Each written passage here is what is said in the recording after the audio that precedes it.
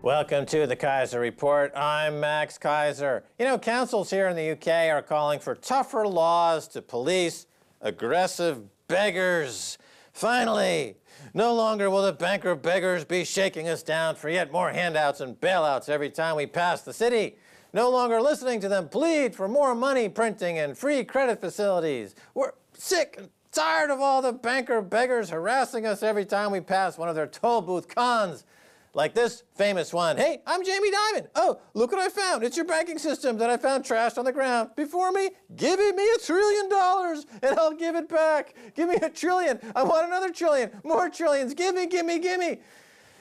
Oh my God, he's taking the kiddie's piggy bank, our paychecks, your granny's pension. Give it to Jamie, give it to Jamie. Your rail system, your healthcare, education system. Give it to Jamie, give it to Jamie. He wants it all. Gimme, gimme, gimme. Your postal system, transport system. Yeah, give it to Jamie. Take it, everything, you freaking loser bastard.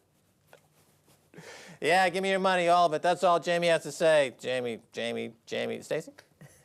Well, Max, yes, I thought of this fact that here in the UK, the councils wrote to the government and asked them for greater policing powers to stop the influx of beggars, they say, from Romania and Bulgaria. The headline reads, councils call for tougher laws to police aggressive beggars. Councils across Britain have controversially called for new measures to deal with antisocial behavior as they prepare for an influx of Romanian and Bulgarian migrants. Now, of course, one of the cons that they're talking about is when they throw the gold ring on the ground and it's a fake gold ring, and they say, oh, look, I found this gold ring. Will you give me 20 quid or 50 quid for it? And it turns out that it's fake. Well, this is what I thought. Why are we not calling for antisocial behavior orders against bankers when they throw the Dow down on the ground or the FTSE down on the ground, and they throw it down and they say, look, your economy's crashing, give us some money and we'll make it better. You have a good point there. The crashes are not driven by unforeseen market activity. The crashes are engineered to put in place this wealth confiscation that we've seen. So the 2008 crash was engineered for this purpose. The incredible engineering of the poor in the UK being disenfranchised, that's not by accident. That's engineered austerity, engineered poverty. That's the government colluding with banks to disenfranchise an entire population for the purpose of what you might call an economic or financial holocaust. That's their purpose in life. That's what Osborne and Cameron and Mark Carney are there to do. I'll show you some aggressive begging in this just little tweet here from Convert Bond. $10 trillion U.S. bank deposits are earning 3% less than they did in 2008. That's $300 billion a year of lost interest income. So apply this across all of the savers and pensioners in the world. Here we had the bankers begging for money, begging, going to the Fed, beg, give us 0%, give us 0%. James Cramer was on CNBC saying, you don't understand, you're an academic, give us some money, you freak. Right, $300 billion stolen from pensioners and savers for the benefit of the kleptocrats running the banking system. Cameron gets on TV, he says we need to do this to stimulate the economy, and yet the debt in the UK hits new all-time highs every single month. So clearly his idea is failing. Unless you look at it as a wealth confiscation scheme, then it's succeeding magnificently. And of course, when the real estate bubble pops, as it most assuredly will, then a whole new generation of Brits will find themselves sinking in the Thames. Instead of kleptocrats, I think we could come up with a new word of bego-crats. They're the bego-crat class. They beg and shake us down, and people give them money because they just are so violent and aggressive with their begging. The holding hostage of Congress back in 2008 by Hank Paulson on their behalf was one of the most remarkable aggressive behaviors of begging. And yet we've never brought in, nobody has suggested we bring in ASBOs to stop this sort of aggressive behavior, shaking us down constantly. Well, you have a great example of it here in Britain. You've got the big 6 energy companies that are gouging customers, and like the banks, stealing money. So the government, in response, has decided to give the poor peasants $50 or £50 break on their energy bills, to just shut them up. This is what it's all about. Just shut up, you frickin' ugly Brit. I'm disgusted that I have to lead your country here at number 10 Downing Street. You repulse me.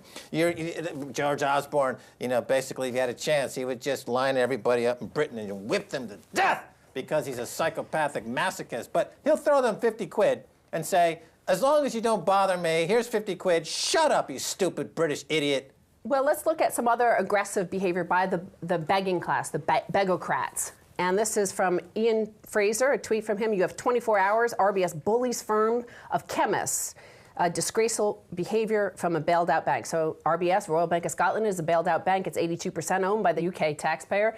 And they have basically driven a company called Tri-Health, which is a pharmacy, into bankruptcy through this mis-selling of interest rate swaps, of course, which drained £1.2 million out of the chemist's bank account. And then GRG, of course, Global Restructuring Group, the thug section of RBS, shook them down and shaking them down. There's a audio recording of it, but I think I have a better interpretation of it. Basically, RBS calls this chemist, and the chemist tries to tell him, well, you're the one that bankrupted me through this mis-selling of these interest rate swaps. And they're like, you've got 24 hours. Come up with the money. Come up with the plan. Give us the money. Give us the money now. Oh, yeah, there's RBS. Let me give you an example. RBS is there, and they got this chemist, and they give him the garrote. And they go, come on, I'm gonna kill you! I'm gonna kill you! This is my impression of RBS doing business with one of their customers. I'm gonna kill you! Okay, so there's the chemists. These are the British people. They're being strangled to death using financial terrorism by Royal Bank of Scotland, who's owned by the very chemist. So the very chemist is being killed, strangled to death by his mother. It's infanticide. They're killing their kids. There's like bears eating the young, and that's what RBS is doing. They stalk the British landscape like a Goliath, looking for 4 suckers to wrap their noose around and kill them because they're out of control serial killers. Royal Bank of Scotland. Who will put this disease out of its misery? Will George Osborne? No, because he's busy pole dancing down at the club at the Mason's Lodge, looking at my boobies. Look at my boobies. I'm Jordan Babbitt. So turnover at this chemist has dropped by 70% because, of course, they have these disgusting, gross, aggressive beggars outside the shop every day, these goons saying, give us our money, give us some more money, give us some more money, shaking down. Let's look at how much they've shaken down just this one firm. In 3 years under GRG, the Global Restructuring Group, the company claims to have paid £130,000 in fees to GRG, including £1,000 monthly charge, £70,000 in invoice financing, £50,000 for an outside turnaround advisor, £12,000 in valuation fees, and £40,000 in additional interest payments. It has an outstanding interest rate hedging product that has so far cost about £700,000. So this is the aggressive begging, the bego-crat class. Like the start of the show, we were talking about the councils who are trying to outlaw and ban and have more aggressive policing powers against aggressive beggars. And yet here, this state-owned bank is allowed to aggressively beg and shake down every single SME across the country. Well, call RBS on the phone, customer service. Ding, ding, ding, ding, ding.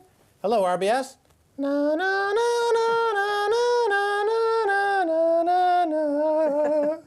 What? We're going to come over to your house and break your legs.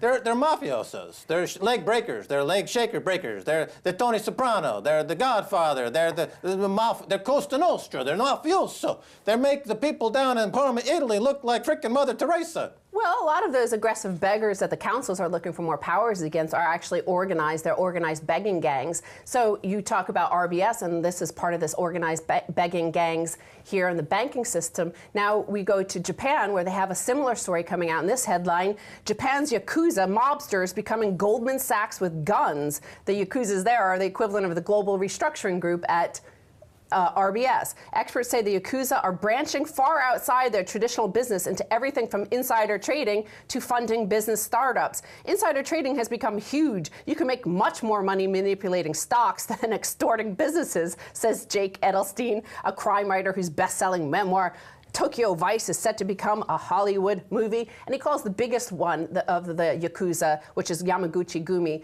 he calls them the Goldman Sachs with guns. Well, the Yakuzas, they got all those cool tattoos all over their body. Well, and yeah. I'd like to see George Osborne with all those tools, those, on his moobs, his man boobs. And his little pinky. And his little pinky, his little, what he does there after hours.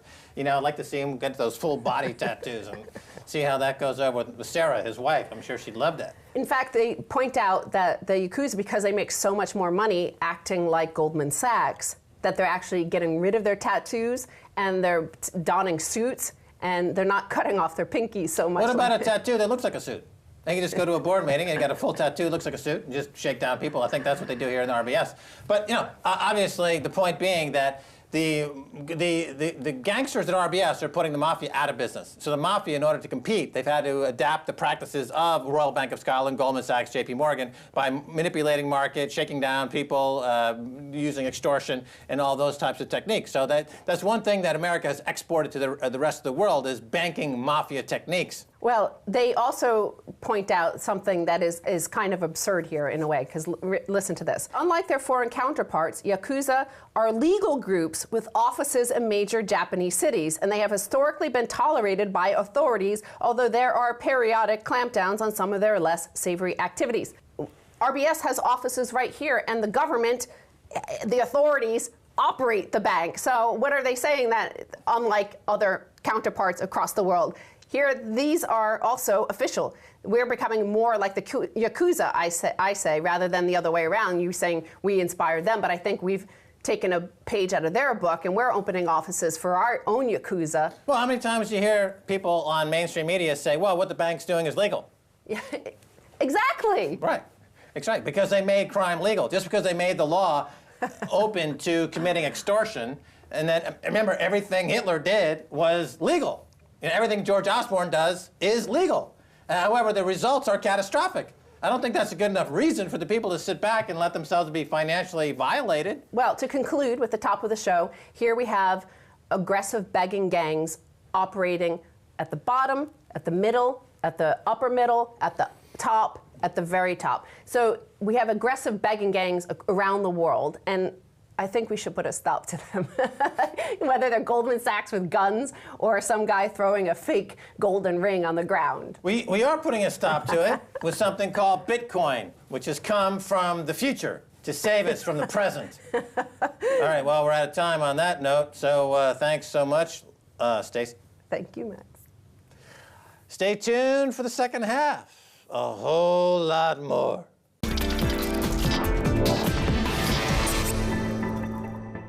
Welcome back to the Keiser Report. Time now to turn to Ned Naylor, Leyland of Quilter, Cheviot Asset Management. Ned, welcome back to the Keiser Report. Thank you, Max.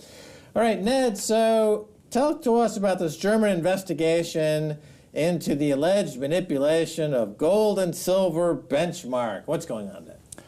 Well, it's been a while since we've discussed this story, Max. I think it's both the FCA in London and BaFin in Germany that are looking into this. Initially, the story in the mainstream media was about looking at the fix. What is the fix? Well, the fix is a twice daily setting of the price. Who sets that? London Bullion Market Association. Who are they? They're a bunch of bullion banks, which are the mainstream large banks. But I think the thing that's really interesting is that it will hopefully lead into other areas. When they talk about benchmarks, you've got the gold forward rate, you've got the silver forward rate, which is recently canned.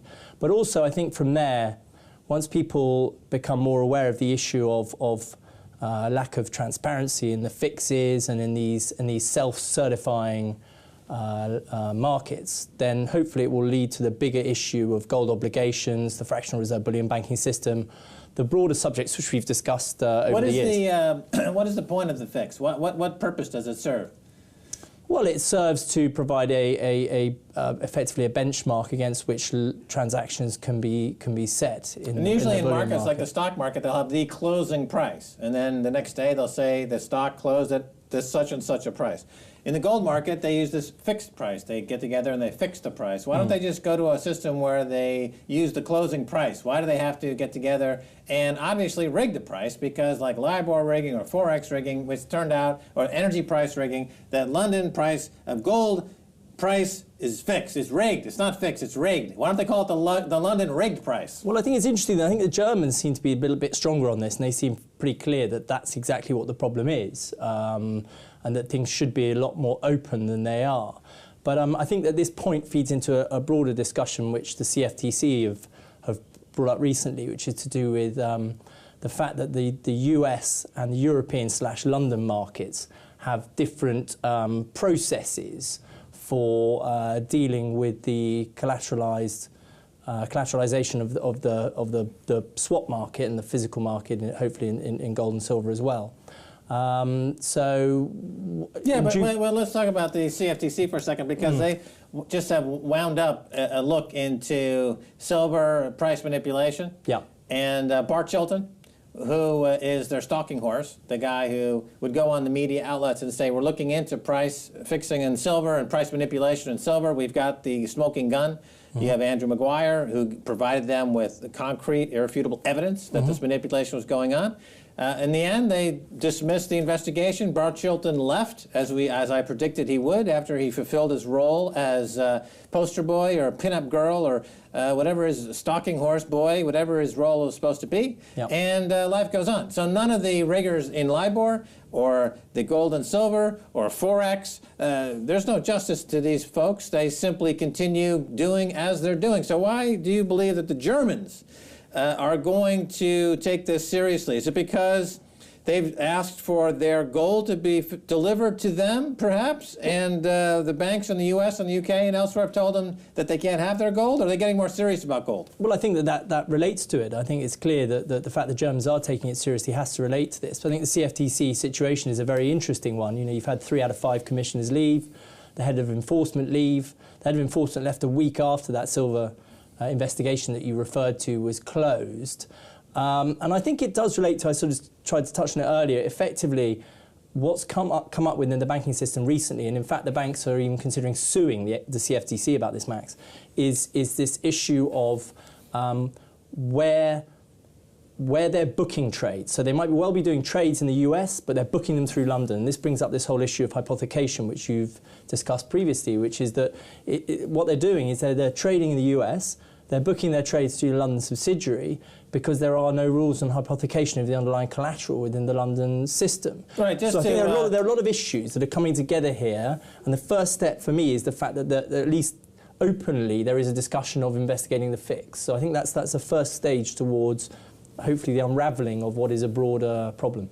Right, the hypothecation or rehypothecation, as we've talked about in this show, in London, unlike other financial jurisdictions, it's possible to lend the same security an infinite number of times and call that collateral to be the basis of some other derivative trade. So you can do a trade in a derivative that in itself has no intrinsic value really, it's just mathematical gobbledygook, and you collateralize it with something that's already been sold 10 times over again. So this is really, reminds me of the papacy where they're trying to count the angels on the head of a pin. I mean, there's nothing there, and yet they've got the City of London held hostage. What is their leverage? Are they still, in the City of London and the regulators, the fake regulators here in the city, are they still claiming that unless you give us all this free money, we're going to blow up the system? They're doing the old suicide banker trick. Is that still the case, or have they got some new tricks up their sleeve? Well, I think relating to the precious metals market, I think that this issue to do with the CFTC and the cross-border policy is not just about precious metals, it's to do with the broader derivative market too. But there is a degree to which they're now threatening the CFTC themselves and saying you can't make us prove collateral in a different marketplace. But clearly it is a relevant discussion because global markets are international. And the fact that they are able to effectively use the London Dustbin for trades they're doing in the US. The London Dustbin. Well, you might want to describe it as that. If there isn't transparency on the collateral that underlies the booking of the trades in London, London becomes a toxic debt heap. Well, I think it's clear that a lot of the big problems that we've seen in the last 5 years have been run through London subsidiaries. And this is an issue the CFTC are trying to deal with here. Whether they're really meaning to deal with it, Max, or not, I think is a different question. But the thing that has been brought up by Gary Gensler, who's also leaving at the end of the year, is that they will be requiring the big swap dealers, the big banks, to prove collateral in London, in Europe, against trades which they're doing in the US. And I think it's a very interesting subject which isn't well understood or probably covered that much in the media. All right, Ned, so you're in the business. So this has a direct impact on your business. So you're not saying, you're not a whistleblower, you're not being overly critical of this situation so much as you are trying to draw awareness to it, because this is your bread and butter. I mean, this is what you deal with every single day, for better or worse. The industry is the industry. So how do you deal with clients? I mean, you're dealing with clients all day long, and yet it's an open secret that there are these huge problems. So on a pragmatic basis, how do you approach that? Well, I think it's a difficult one, but I think that so long as people understand that gold and silver to a degree are the denominator of fiat money, and I think the issues of what money is, BTC, Bitcoin's playing into this too. People are becoming more aware of this. I think a lot of people are starting to understand that there are big problems there. I think a lot of it's just about communication and making people understand that gold is a hugely liquid global marketplace. As I say, it's the denominator for what we call money nowadays, but really is there an incentive by players, agents in this market to artificially keep the price of gold and silver cheaper than they would ordinarily be if they were not present manipulating these indexes? Well, that's the point I'm trying to make, which is that yes, the gold and silver are the denominators of sterling, the dollar. And who benefits? The fiat currencies. Of course, absolutely. But that's long been the case. This is not a new thing. I mean, that's always been the case. We've talked about this for a long time, and the point is always from those who watch these shows saying that, well, the resources of the Bank of England and others is infinite. They can sell paper contracts into infinity. There's rehypothecation. We just mentioned that. Yeah. So they can use the same collateral to collateralize a naked short sale of a gold or silver future to the moon. At what point, or how do we know, or is there any way that the jig is finally up? What will indicate that they have run out of airstrip and they cannot continue this fraud any longer? Well, I think that's always been a question that had to be answered in paper currencies, which is there comes a point at which the public become aware of the unbacked nature of what they're using as money. And this is where the issue of Gresham's law comes in. Gresham's law being? Gresham's law being bad money, which is losing purchasing power, drives good money out of circulation. But the public is benefiting from a house price bubble and a stock market bubble. Not the entire public. There's a small percentage of the public that is benefiting. Certainly the people who report in the media are benefiting.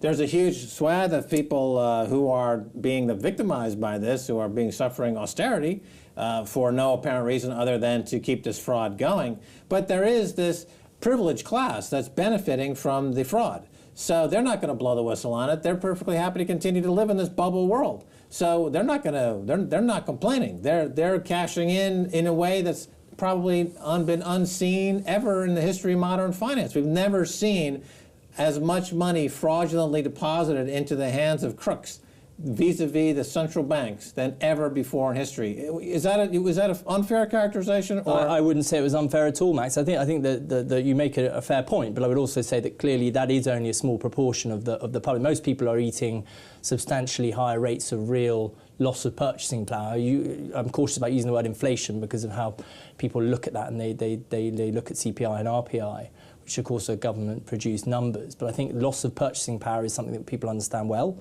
Most people are losing purchasing power year on year, and they're aware that there is a divergence between what they're being told and what they're seeing in their lives. And I think that there is a growing realization of these problems. Gold and silver hasn't reflected it in terms of their price, denominated in dollars in the last 2 years. But again, that's a little bit like the mid-70s, where we were pitched between 74 and 76, this disinflationary environment. We had the world's biggest monetary experiment in 1971, where we came off the backing of the dollar, $35 an ounce, the biggest experiment in monetary history.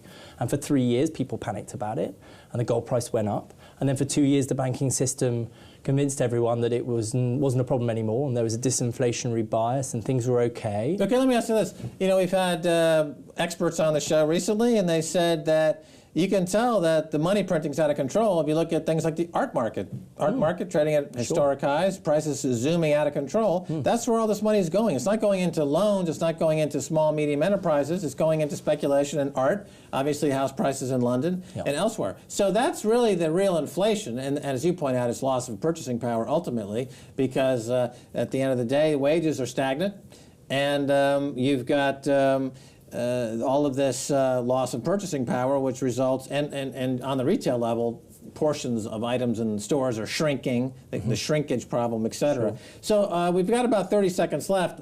You mentioned Bitcoin earlier. As I said, you're on the front line. You're dealing with customers. Yep. You on one hand, you want them to be in sound money. You want them to be in gold, silver, mining stocks, look cheap. And at the same time, you've got this quandary going on where there's a total regulatory disconnect. Are customers coming to you asking about Bitcoin now? I wouldn't say so. I think it's still quite a narrow market at the moment. I think there are certain barriers to entry in terms of understanding, but it's possible that will happen in the future. So, Naylor Leyland, thanks so much for being on the Keiser Report. My pleasure, Max. All right, that's going to do it for this edition of the Keiser Report with me, Max Keiser and Stacy Herbert. I'd like to thank our guest, Naylor Leyland. If you'd like to get in touch, tweet us at Keiser Report. Until next time, Max Keiser saying bye, y'all.